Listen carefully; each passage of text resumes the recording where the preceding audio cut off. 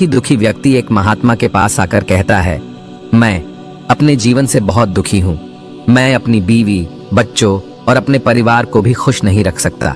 मैं अपने लिए भी कुछ नहीं कर पा रहा। कभी कभी तो मुझे अपनी जिंदगी को खत्म कर देने के भी ख्याल आते हैं।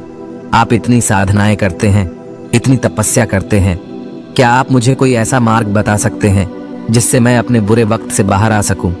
मेरा बहुत बुरा समय चल रहा है। 2 वक्त की रोटी का इंतजाम करना भी मेरे लिए बहुत मुश्किल हो गया है। अब आप ही बताएं कि मैं ऐसे वक्त में मैं जिंदा रहूं तो कैसे रहूं? कैसे अपने परिवार को खुश रखूं? कृपया करके कोई साधारण सा तरीका बताने की कृपा करें ताकि मैं आसानी से समझ सकूं, क्योंकि मैं बहुत पढ़ा लिखा नहीं हूं। अगर आप बड़ी से बड़ी ज्ञान की बातें करेंगे तो शायद मैं कभी समझ भी नहीं पाऊंगा। ये सुनकर महात्मा ने मुस्कुराते हुए कहा कि तुम एक काम कर सकते हो। फिर महात्मा ने सामने की ओर इशारा करते हुए कहा कि उस ऊंची पहाड़ी पर एक मंदिर है और उस मंदिर के पास चींटियों का एक घर है जहां पर हजारों चींटियां रहती है। तुम्हें सुनने में बड़ा अजीब लगेगा, लेकिन वो चींटियां उस मंदिर की जमीन को खराब कर देती है, उस मिट्टी की उपजाऊ शक्ति को खत्म कर देती है, जिसके कारण वहां पर कोई भी पेड़ या कोई भी घास पनप नहीं पाती है। तुम मेरा एक काम करो, उसके बाद मैं तुम्हें तुम्हारे सवालों के जवाब दूंगा। तुम 7 दिन तक रोज उस पहाड़ी पर जाओ और उस चींटियों के घर को तहस नहस कर दो, उसको तोड़ दो। जब भी तुम्हें कोई चींटियों का घर दिखे मंदिर के आसपास तो उसे वहीं पर तहस नहस कर देना। लेकिन याद रहे, घर को तोड़ने में कोई भी चींटी मरनी नहीं चाहिए। इस बात को समझने का प्रयास करते हुए वो युवक वहां से चला गया। शायद उसको कुछ समझ में नहीं आया था कि महात्मा जी ऐसा क्यों करवा रहे हैं। तो वो उन चींटियों पर अन्याय कर रहे हैं, उनका घर तोड़वा रहे हैं, उन्हें नुकसान पहुंचा रहे हैं। आखिर कौन महात्मा ऐसा करेगा? लेकिन फिर भी उस महात्मा की बात मानते हुए वो अगले दिन से ही पहाड़ी पर जाना शुरू कर देता है। जब वो पहले दिन पहाड़ी पर पहुंचता है तो देखता है कि बहुत सारी चींटियां अपना खाना जुटाने में लगी हुई है। सारी चींटियां कतार से चल रही है और अनाज के छोटे छोटे कण उठाकर अपने घर में जमा करती जा रही है। ये देखकर पहले तो उस युवक का मन कमजोर पड़ गया। उसने सोचा कि ये इतनी मेहनत करके अपना घर भर रही है और मैं इनके घर को तबाह कर दूंगा तो इनको कितना बुरा लगेगा। लेकिन फिर उसने उस महात्मा की बात याद करते हुए उस घर को तोड़ना शुरू कर दिया। जल्द ही चींटियों में हाहाकार मच गया। वो इधर उधर दौड़ने लगी। अभी तक जो कतार से चल रही थी अब वो बिखर गई और इधर उधर अपनी जान बचाने के लिए भागने लगी। थोड़ी देर में घर टूट गया और सारी चींटियां इधर उधर छुपने के लिए भाग चुकी थी। ये करने के बाद वो युवक दुखी मन से वापस अपने घर पर लौट आया। उसका मन परेशान था, दुखी था, पश्चाताप से भरा हुआ था। फिर उसने अपने बिस्तर पर रात में लेटे लेटे ही सोचा कि अब तो उन चींटियों का घर तबाह हो चुका है, अब वहां वापस जाने का क्या फायदा होगा, क्योंकि चींटियों का घर तहस नहस करने के लिए महात्मा जी ने कहा था, जो मैं कर चुका हूं। लेकिन फिर कुछ सोचकर अगले दिन उसने फिर से जाने का निश्चय किया और अगले दिन सुबह सुबह उठकर वो वापस उसी पहाड़ी पर पहुंच जाता है। पहाड़ी पर पहुंचकर वो उसी जगह पर पहुंचता है जहां पिछले सुबह उसने उस घर को तहस नहस कर दिया था। लेकिन वो ये देखकर चौंक जाता है कि उन चींटियों ने फिर से अपना घर उसी जगह पर बना लिया था और अब वो फिर से अपने घर के लिए सामान इकट्ठा करने में जुटी हुई थी। उस आदमी को देखकर लगा कि ये चींटियां कितनी मूर्ख है। इनको पता है कि कल ही इनका घर इसी जगह पर तबाह किया गया था और उसी जगह पर उन्होंने अपना नया घर भी बना लिया। और ये सोचकर वो आदमी हंसने लगा। लेकिन फिर से महात्मा की बात याद करते हुए उसने उन चींटियों का घर फिर से तबाह करना शुरू कर दिया। फिर से उन चींटियों में हलचल मच गई और थोड़ी देर में वो चींटियां इधर उधर अपनी जान बचाने के लिए भागने लगी। कुछ ही देर में उनका घर फिर से नष्ट हो गया और वो युवक थोड़ा संतोष के भाव से कि इस बार तो मैं अच्छी तरह से उस घर को तबाह कर दिया है, अब तो वो चींटियां यहाँ पर अपना घर बना ही नहीं पाएंगी। इसीलिए जाने से पहले उसने उस घर पर ठंडा पानी भी डाल दिया ताकि चींटियां वहां पर अपना घर न बना सके। और इस तरह अपना कर्म पूरा करके वो युवक फिर से अपने घर लौट आया। आज रात में सोते वक्त फिर से वो युवक यही सोच रहा था कि क्या महात्मा ये सही काम करवा रहे हैं? क्या किसी का घर तबाह करना किसी सिद्ध पुरुष को शोभा देता है? क्या हो अगर वो महात्मा सिद्ध पुरुष हो ही ना, क्या होगा अगर वो मुझे बेवकूफ बना रहे हो? लेकिन फिर उसने निश्चय किया कि मैं अपने काम को पहले पूरा कर लेता हूँ। उसके बाद ही पता चलेगा कि महात्मा मुझे से ऐसा क्यों करवा रहे थे, और यही सोचकर वो रात में सो जाता है। अगले दिन सुबह उठकर वो फिर से उसी पहाड़ी की ओर निकल जाता है। पहाड़ी पर पहुंचकर वो उसी जगह पर पहुंचता है जहां पर उसने उनके घर को तबाह कर दिया था, और वो ये देखकर खुश हो जाता है कि वहां पर कोई भी घर नहीं था। सारी चींटियां वहां से भाग चुकी थी। अब उसने सोचा कि अब मेरा रोज रोज आने का क्या फायदा होगा, क्योंकि चींटियां तो अपना घर बदल चुकी है, और महात्मा जी ने मुझे 7 दिन आने के बाद कहा था, लेकिन आज तो तीसरा ही दिन है। अब बाकी 4 दिन वापस आने का क्या फायदा होगा। और यही सोचकर उसने निश्चय किया कि यहाँ से वो सीधा उसी महात्मा के पास जाएगा और उनको ये सारी खबर बता देगा। जब वो वापस मुड़कर उस पहाड़ी से उस महात्मा की कुटिया की तरफ जाने लगा, तभी अचानक उसकी नजर एक और घर पर पड़ी जो कि चींटियों का ही बनाया हुआ था। मतलब कि वो घर चींटियों ने ही बनाया था, और अब वो चींटियां नए घर में वास कर चुकी थी।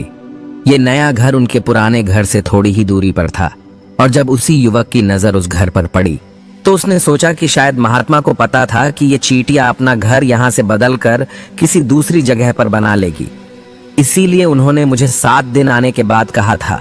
और ये विचार करके वो उनका नया घर भी तोड़ने के लिए पहुंच जाता है। जब वो वहां पहुंचा तो चींटियां उसी तरह अपने कार्य में लगी हुई थी। वो अपने लिए खाना इकट्ठा कर रही थी और अपने घर में जमा कर रही थी। जब पुराना घर टूटा था, वहां भी अनाज के कण बचे हुए थे, और चींटियां वहां से भी अनाज इकट्ठा कर करके वापस अपने नए घर में ला रही थी। अब यहाँ पर फिर से युवक का मन थोड़ा कमजोर पड़ गया, क्योंकि वो खुद भी कमजोर था, खुद भी वक्त का मारा हुआ था। इसीलिए उसके मन में उन चींटियों के प्रति दया का भाव उमड़ रहा था। उनके ऊपर उसे दया आ रही थी। वो चाहता था कि उनकी मदद करे, लेकिन वो उल्टा उनको नुकसान पहुंचा रहा था। लेकिन उस महात्मा की बात को याद करते हुए उसने फिर से उस घर को तोड़ने का निश्चय किया, और उसने इस बार बड़ी ही सावधानी के साथ बिना किसी चींटी को कोई नुकसान पहुंचाए वो घर तबाह करना शुरू कर दिया। वक्त थोड़ा ज्यादा लगा, क्योंकि किसी भी चींटी को नुकसान न पहुंचने की शर्त महात्मा ने पहले ही रखी थी। इसीलिए उसको बड़ी सावधानी के साथ उन घरों को तबाह कर रहा था। लेकिन आखिरकार उसने उस घर को भी तबाह कर दिया, और उस घर को तबाह करने के बाद वो बड़े ही दुखी मन से, इस बार वो पहले से भी ज्यादा दुखी था, क्योंकि उसने उनका नया घर भी तोड़ दिया था। वो उन चींटियों को बसने ही नहीं दे रहा था, और वो अब अपने आप को शैतान या दानव समझने लगा था। लेकिन फिर भी उस महात्मा की बात को मानते हुए वो अपने घर पर दुखी मन से वापस आ गया। रात में सोने से पहले एक बार उसने फिर से सोचा कि मैं कितना बड़ा शैतान हूँ, कितना बड़ा दानव हूँ। पुराना घर तो छोड़ो, मैं उन चींटियों को कहीं भी बसने के लिए कोई जगह ही नहीं दे रहा हूँ। वो चींटियां मेरे बारे में क्या सोचती होगी? वो कितना बड़ा दानव होगा उस परमात्मा को जो मेरे द्वारा ये काम करवा रहा है। लेकिन फिर भी उसने अगले दिन जाने का निश्चय किया, और अगले दिन सुबह सुबह वो फिर से वहां पर पहुंच गया। वो ये देखकर फिर से आश्चर्यचकित रह जाता है कि इस बार चींटियों ने एक और नई जगह पर अपना घर बना लिया था। वो तो पहले से भी ज्यादा ऊर्जा के साथ काम कर रही थी, और उन्होंने एक रात में पहले से भी बड़ा घर बना लिया था, और अब वो फिर से अपना अनाज और खाना इकट्ठा करने में जुटी हुई थी। ये देखकर उस आदमी को लगा कि ये चींटियां किस मिट्टी की बनी हुई है। मैं उनको बार बार यहाँ से भगाने की कोशिश कर रहा हूँ, और ये वहीं पर अपना घर बना लेती है। क्या इनको पता नहीं है कि मैं यहाँ पर कभी भी बसने नहीं दूंगा? ये चींटी है, दिखने में इतनी छोटी है, लेकिन फिर भी ये मुझसे हार नहीं मान रही है। बड़ी ताज्जुब की बात है। और इस बार उसने गुस्से में उस घर को तहस नहस करना शुरू कर दिया। लेकिन इस बार तहस नहस करते हुए कुछ चींटियां वहीं पर मर गई, उसके पैरों तले कुचल दी गई। कुचलने के बाद जब वो अपने अहंकार से बाहर आया तो उसने देखा कि गुस्से में उसने उन चींटियों को कितना क्षति पहुंचा दी है। उसका मन पश्चाताप से भर गया, और वो रोता हुआ अपने घर की तरफ बढ़ गया। रात में सोते वक्त उसने सोचा कि मैं उन चींटियों पर बहुत ज्यादा अत्याचार कर रहा हूँ, अब इससे ज्यादा अत्याचार मैं नहीं कर पाऊंगा। और यही सोचकर वो अगले दिन उन चींटियों के लिए अपने घर से थोड़ा आटा लेकर उसी पहाड़ी पर पहुंच जाता है। आज उसके मन में उन चींटियों के प्रति श्रद्धा का भाव था, दया का भाव था। आज वो उनकी मदद करना चाहता था, और जब वो वहां पर पहुंचा तो चींटियां फिर से अपने नए घर को बनाने में जुटी हुई थी। उसने बड़े ही करुणा के साथ उन चींटियों को अपना लाया हुआ आटा खिलाया। अगले 7 दिनों तक वो ऐसा ही करता रहा। वो रोज सुबह जाता, उन चींटियों को अपने हाथों से आटा खिलाता। 7 दिन के बाद वो युवक उस महात्मा के पास पहुंचकर हाथ जोड़कर बोलता है कि हे महात्मा जी, मुझे माफ कर देना। मैंने उन चींटियों का घर तबाह करने के लिए बहुत कोशिश की। मैंने उनका घर तबाह किया भी। 1 बार नहीं 4 बार मैंने उनका घर तोड़ा। उसके बाद मैं हिम्मत नहीं कर पाया, उनके घर को नहीं तोड़ पाया। मैं समझ सकता हूं कि मैं आपका काम पूरा नहीं किया और इसके बदले आप मुझे तरीका भी नहीं बताएंगे जो कि मुझे मेरे बुरे समय से बाहर निकाल सकता है, लेकिन मुझे इसका कोई परवाह नहीं है। मुझे लगता है कि मैंने जो किया वो सही किया, इसीलिए मैं आपसे आज्ञा लेकर वापस जा रहा हूं। कृपया मुझे वापस अपने घर जाने की आज्ञा दीजिए। ये सुनकर महात्मा ने मुस्कुराते हुए कहा कि अरे बेटा, कहाँ चल दिए? रुको तो सही, जलपान तो कर लो, थोड़ी देर ठहर जाओ, उसके बाद चले जाना। और ये कहकर वो महात्मा उस युवक के लिए पानी लेकर आते हैं।